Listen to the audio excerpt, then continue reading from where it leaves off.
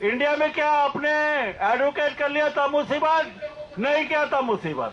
Advocate करोगे छोटा मोटा, अपोजिशन साइड में बड़ी पार्टी है, गवर्नमेंट है, कॉर्पोरेट है, कंपनी है बड़ी, तो एडवोकेट दोनों साइड से पैसा खा जाएगा।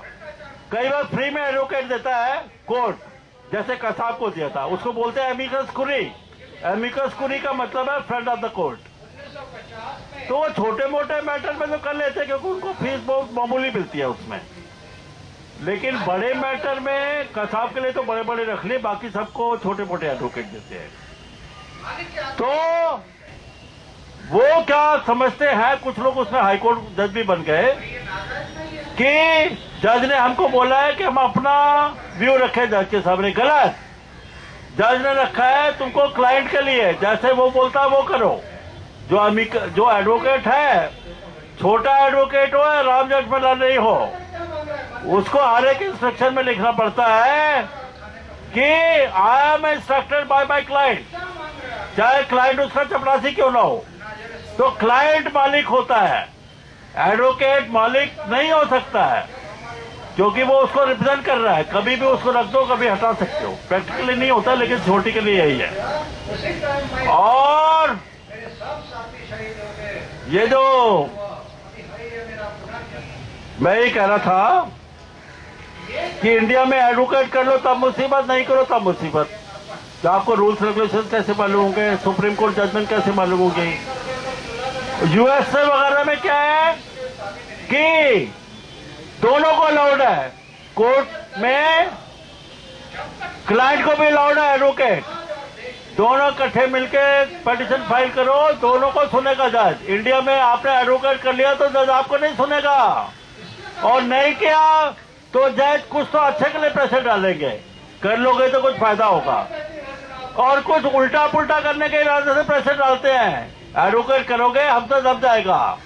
क्या बोलते हैं एडवोकेट कि साहब हमारी सनद जो है, प्रैक्टिस करने का जो हमारा वकालतनामा है, वकालतनामा नहीं, प्रैक्टिस करने का जो हमारा अथॉरिटी है, सनद बोलते हैं उसको, जज उसको कैंसिल कर सकता है। हम डरते हैं जज से।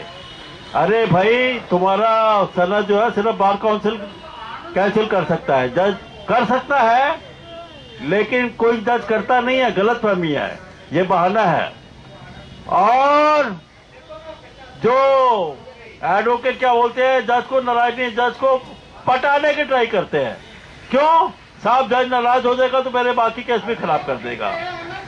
तो और जज जो है वो ऑलराउंडर तो होते हैं, क्रिमिनल मैटर को सारे जज जानते हैं, लेकिन सिविल मैटर के नहीं होते हैं एक्सपर्ट। क्रिमिनल मैटर के क्यों होते हैं जज एक्सपर्ट, एडवोकेट एक्सपर्ट? उसमें चार्ज टू पेनल्टी फिक्स है। दफा 302 सारे एडवोकेट जानते हैं, जज जानते हैं, पब्लिक जानती है, क्योंकि चार्ज टू पेनल्टी फिक्स है। थप्पड़ मारने पे फांसी नहीं हो सकती है, ये मालूम है। लेकिन सिविल मैटर में क्या, चार्ज टू पेनल्टी फिक्स नहीं है। जिसने करोड़ों के घपले किए, सीबीआई इंक्वायरीज हुई, बाद में मिली भगत करके छोटा मोटा लेटर देकर छोड़ दो। और जिसके अगेंस्ट में कुछ करना हो, बदमाशी करनी हो, तो कुर्सी से खड़ा नहीं हुआ बेचारा पीएल, या कुछ भी हुआ, या कुछ ऑफिसर होगा तो बोलेंगे ये तुम्हारे एम्प्लॉयज टर्मिनेट हुए थे, उनकी फैमिली की सिंपैथी में क्यों लिख दिया। ऐसी छोटी छोटी बातों को मेजर पेनल्टी में डाल देते हैं बदमाशी करके, और उसका रिमूवल कर देंगे, और बोलेंगे हमने रिमूवल ऑर्डर निकाल दिया है, अभी घर खाली करो। गवर्नमेंट ऑफिसर का कोर्ट में भी जाएगा तो कोर्ट की छुट्टी वाले दिन पुलिस फोर्स को लेके घर खाली करवा देंगे, उसको सड़क पे ले आएंगे, उसके फोटो वीडियो नहीं देंगे, पंचनामा नहीं होगा, मजिस्ट्रेट के ऑर्डर के बिना ही कर देंगे। और बाद में बोलेंगे साहब हम तो हाथ जोड़ के गए थे, या अपनी मर्जी से चले गए। कोर्ट में झूठ बोलते हैं। तो सिस्टम इतना करप्ट है कि सबकी मिली भगत है। और मैं ये कह रहा था, कोर्ट में लगाओ वीडियो कैमरा। सारी इंक्वायरी जो है डिपार्टमेंटल इंक्वायरी, चुपके चुपके क्यों होंगे? अन्ना हजारे, बाबा रामदेव हो, कोई भी हो, सबकी मीटिंग हो ओपन में, खुलेआम। और ये जो अन्ना हजारे बाबा रामदेव हैं, एंटी करप्शन के लिए हमारा भी इनको सपोर्ट है। हर मुद्दे पर नहीं है, लेकिन जो सही काम करेंगे उसमें हम सपोर्ट करेंगे। लेकिन अगर नहीं सुनेंगे तो फिर इनको भी छोड़ा नहीं जाएगा, पब्लिक की सुननी पड़ेगी। दूसरा मैं ये कह रहा था, I burnt effigies of Anna Hazare Baba Ramdev at Jantar Mantar, Delhi on 22nd June 2012। Baba Ramdev Anna Hazare के पुतले हमने जला दिए जंतर मंतर पे 22 जून को। दोनों शरीफ, दोनों ईमानदार, फिर भी उनके पुतले क्यों जलाए गए? क्योंकि बीच के लोग जो हैं बात उन तक पहुंचने नहीं देते हैं, इसलिए दोनों के पुतले जलाए। बात सुनेंगे तो हम उनका सपोर्ट भी कर देंगे। लेकिन जो चारों तरफ इनके चमचे हैं, चमचे अन्ना हजारे के, एक्चुअली बाबा रामदेव का तो एक्सपर्ट आजू बाजू कोई है नहीं, अकेला है। एक बालाकृष्ण था, उसको भी अंदर बंद कर दिया। अन्ना हजारे के चारों तरफ एक्सपर्ट घुमाने वाले बहुत थे, तो अन्ना हजारे को मालूम नहीं चला कि क्या करना है क्या नहीं करना है। हमसे सलाह लेता, हमारी बात सुनता, तो आज एजिटेशन करने की जरूरत नहीं थी, एक दिन में हम सॉल्व करा देते थे प्रॉब्लम। तो अभी भी कुछ गया नहीं है, एजिटेशन खत्म। मेरा तो सोल्यूशन ये था कि अन्ना हजारे को चाहिए था कि अपना आमरण अनशन बंद कर देते और अपना आंदोलन चलने देते, अच्छा चल रहा था। वो क्यों बंद कर दिया? तो पॉलिटिकल पार्टी में जाओगे, वहां लड्डू नहीं रखे हुए हैं, उसको बनाना इतना आसान नहीं, और जो तुम सोच रहे हो उससे लड्डू मिलेंगे, वो ऐसा कोई लड्डू नहीं मिलने वाले। बहुत सारी पॉलिटिकल पार्टी ने देख लिया। और पॉलिटिकल पार्टी में जाओगे, पैसा तुमने लिया विसल ब्लोअर के नाम से, एंटी करप्शन के नाम से, खर्चा करोगे पॉलिटिकल पार्टी के लिए, तो वो भी सही बात नहीं है। तो हमारी सलाह जो है अन्ना हजारे बाबा रामदेव तक पहुंचने नहीं दी गई, इसलिए उनको नुकसान हो रहा है। फिर भी वो एंटी करप्शन में दोनों बहुत बड़े लीडर हैं, वो हम उनका सम्मान करते हैं और सपोर्ट करते हैं। हेलो, बाकी लोग भी अच्छे हैं, केजरीवाल, सिसोदिया, गोपाल राय और बाकी लोग, किरण बेदी, लेकिन सुनते नहीं है, इसलिए मिसलेड हो जाते हैं। माई रिकमेंडेशन, अन्ना हजारे बाबा रामदेव का पुतला जलाया तो कुछ फोन आ गए मुझे दिल्ली में कि साहब उनका पुतला क्यों फूंक दिया आपने। अरे भाई 25 बार फोन करो, लेटर लिखो, जवाब नहीं देते, पब्लिक ही नहीं सुनोगे, 5 स्टार होटलों में पार्टियां करोगे सड़कों पे, जबकि विसल ब्लोअर कोर्ट में धक्के खा रहे हैं। मिला। और उन पे क्रिमिनल एक्ट हो गए, और कारण क्या है वो मैं बताऊंगा एक एक करके, इसलिए उनका पुतला फूंकना पड़ा। अगर बात हो जाती तो हम उनको सपोर्ट भी करते। My recommendations benefit citizens and country to the tune of several thousand crore of rupees। ये अंडरस्टेटमेंट है, एक्चुअल में कंट्री को कई लाख करोड़ का फायदा होगा मेरी रिकमेंडेशन से। इसलिए मैं अपना क्लेम भारत रत्न पे भी कर रहा हूं क्लेम, और नोबेल प्राइज पे भी। और मेरे को लगता है कि भारत रत्न तो मिले नहीं मिले, नोबेल प्राइज मिल जाएगा। भारत रत्न इंडिया में कोई चीज जस्टिफाइड तरीके से नहीं होती है। तो अभी करप्शन दूर कैसे होगा? हमारे डॉक्टर मनमोहन सिंह बोलते हैं चाबी नहीं है मेरे पास उसकी। अरे भाई चाबी हमारे पास है, हमने तुमको चाबी दे दी, पब्लिक के सामने रख दी, उठाते क्यों नहीं हो? और ये जो सोनिया गांधी, राहुल गांधी, पहले मैं क्लियर कर देना चाहता हूं, कोई भी पॉलिटिकल लीडर खराब नहीं है, कोई मिनिस्टर खराब नहीं है, कोई पब्लिक अथॉरिटी खराब नहीं है, सिस्टम खराब है। इतना खराब है, मैंने गडकरी के पीए है वैभव, उसको बोला था, चिट्ठी दी थी, उसने बोला हमारे मेंबर ऑफ पार्लियामेंट आपका मैटर पार्लियामेंट में ले रहे। तो फिर मैंने पूछा भाई सेशन खत्म होगा क्या हुआ? कि साहब हमने तो दिया हुआ था, वहां पे भी कुछ एमपी बैठते हैं पार्लियामेंट में, और कह रहे मेरे को खुद बात नहीं समझ में आ रही। अरे तुम्हारे को समझ नहीं आ रही? तुम्हारे पार्टी में कितने बड़े बड़े एडवोकेट है, अरुण जेटली है, राम जेठमलानी है, उनको देते कि साहब कैसे दे, आप उनको अलग से लिख दो।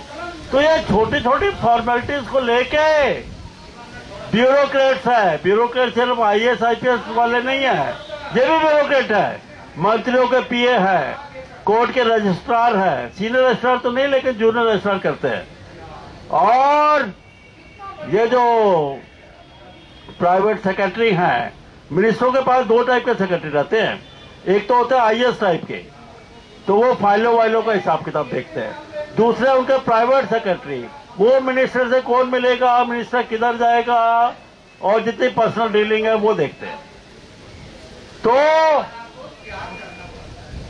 मैं ये कह रहा था कि करप्शन को मिटाना है तो मेरी रिकमेंडेशन फॉलो करो। करप्शन एक दिन में खत्म हो जाएगा। स्ट्रेटेजी करोगे, प्लानिंग करोगे। स्ट्रेटेजी ऐसे मामलों में कौन करता है जिसको मालूम नहीं क्या करना है? ये कोई मार्केटिंग हो रही है क्या शर्ट के, पैंट के, जिसकी स्ट्रेटेजी करोगे? सामने हमने रख दिया कैसे हटाना है, करप्शन हटाओ। उसके लिए स्ट्रेटेजी है, सालों साल लगेंगे, बेवकूफ बनाने का तरीका है। तो अभी एक मिनट ब्रेक लेता हूं और बताऊंगा कि अन्ना हजारे, बाबा रामदेव के पुतले हमने क्यों फूके, और दोनों शरीफ, दोनों ईमानदार, फिर भी क्यों फूके वो रीजन हम बताएंगे। हमने रिकमेंड किया था कि ये जो लोकपाल बिल्स हैं इनमें कमी क्या है, जो गवर्नमेंट का है और जो एनजीओस के हैं। भाई हाई कोर्ट, सुप्रीम कोर्ट जजेस को पहली बार छोड़ दिया। पहले बोलते थे सारा करप्शन यही कर सकते हैं, और करप्शन करने का पावर किसी का है ही नहीं, क्योंकि इनको कोई हटा सकता नहीं है। तो बाद में क्यों छोड़ दिया? लोअर जुडिशरी को रखोगे लोकपाल के अंडर में, कोई जरूरत नहीं थी, क्योंकि लोअर जुडिशरी के जज तो वैसे ही दबे रहते हैं। वो हाई कोर्ट में जाके लोअर जुडिशरी को लिख दोगे, अगर लोअर जुडिशरी का जज ऊपर नीचे करेगा तो उसके लिए प्रॉब्लम हो जाएगी। उसको हटा सकता है चीफ जस्टिस हाई कोर्ट का, इवन हाई कोर्ट जज भी हटा सकता है। वहां पे उल्टा पुल्टा नहीं होता है। हाई कोर्ट, सुप्रीम कोर्ट जज में हाई कोर्ट के जो 4-5 जज का एक कलीजियन होता है, वो चीफ जस्टिस को भी दबा के रखते हैं और लोअर जुडिशरी को, जजेस को, क्योंकि प्रमोशन ट्रांसफर जजेस की उनके पास होती है, अकेले चीफ जस्टिस के पास नहीं। और चीफ जस्टिस को बोलेंगे कि भाई तुम हटा तो सकते नहीं प्रमोशन, और हमारा प्रमोशन ट्रांसफर में भी अकेले तुम नहीं कर सकते, पूरा ग्रुप करेगा। तो ये हाई कोर्ट, सुप्रीम कोर्ट दोनों में है। दूसरा, सीनियर जज की चलती है, जूनियर जज बेचारा दबा रहता है, जो कि इलीगल है। तो ये सिस्टम ऑफ कलीजन खत्म कर देना चाहिए। दूसरा, कुछ कोर्ट्स में रिव्यू जो है, पिटीशन सेम जजेस के पास नहीं जाती है, क्योंकि सेम जजेस के पास जाती है, बजाय रिव्यू करने को देखते हैं कुछ स्पेलिंग मिस्टेक तो नहीं हुआ, कोई 1970 से 71 तो नहीं करता, ग्रामेटिकल मिस्टेक जो कि गलत है। और ये SLP क्या होता है, SLP अपील होती है, उसमें भी कुछ मिलने वाला नहीं होता है। तो जो आपको फर्स्ट कोर्ट है जहां लैंड करते हो, वहां से आपको ऑर्डर जीतना, वहां पे बदमाशी नहीं होने देनी। तो है क्या, रूल क्या है कि अगर सब कुछ नॉर्मल तरीके से हुआ है तो जज बोल सकता है हाई कोर्ट का ऑर्डर है, रिव्यू करो या SLP करो। रिव्यू हाई कोर्ट में या SLP सुप्रीम कोर्ट में। अगर बदमाशी, चोरी चमारी, चीटिंग, फ्रॉड से ऑर्डर हुआ है तो लॉ में प्रोविजन है, जज को ऑर्डर वापस लेना पड़ेगा, रिकॉल करना पड़ेगा। रिव्यू या SLP के लिए नहीं बोल सकता है, और उसको माफी मांगनी पड़ेगी। और जिस पार्टी ने फ्रॉड किया, चीटिंग किया जज के साथ, कोर्ट के साथ, उसको सजा देनी पड़ेगी। तो लेकिन ऐसे होता नहीं है, जज अपनी गलती नहीं, मिनिस्टर अपनी गलती नहीं माना, जज क्यों माने? मिनिस्टर को तो पूछने वाले बहुत है, जज को, हाई कोर्ट, सुप्रीम कोर्ट को, जज को पूछने वाला कौन है? कोई नहीं है। तो ये बात है।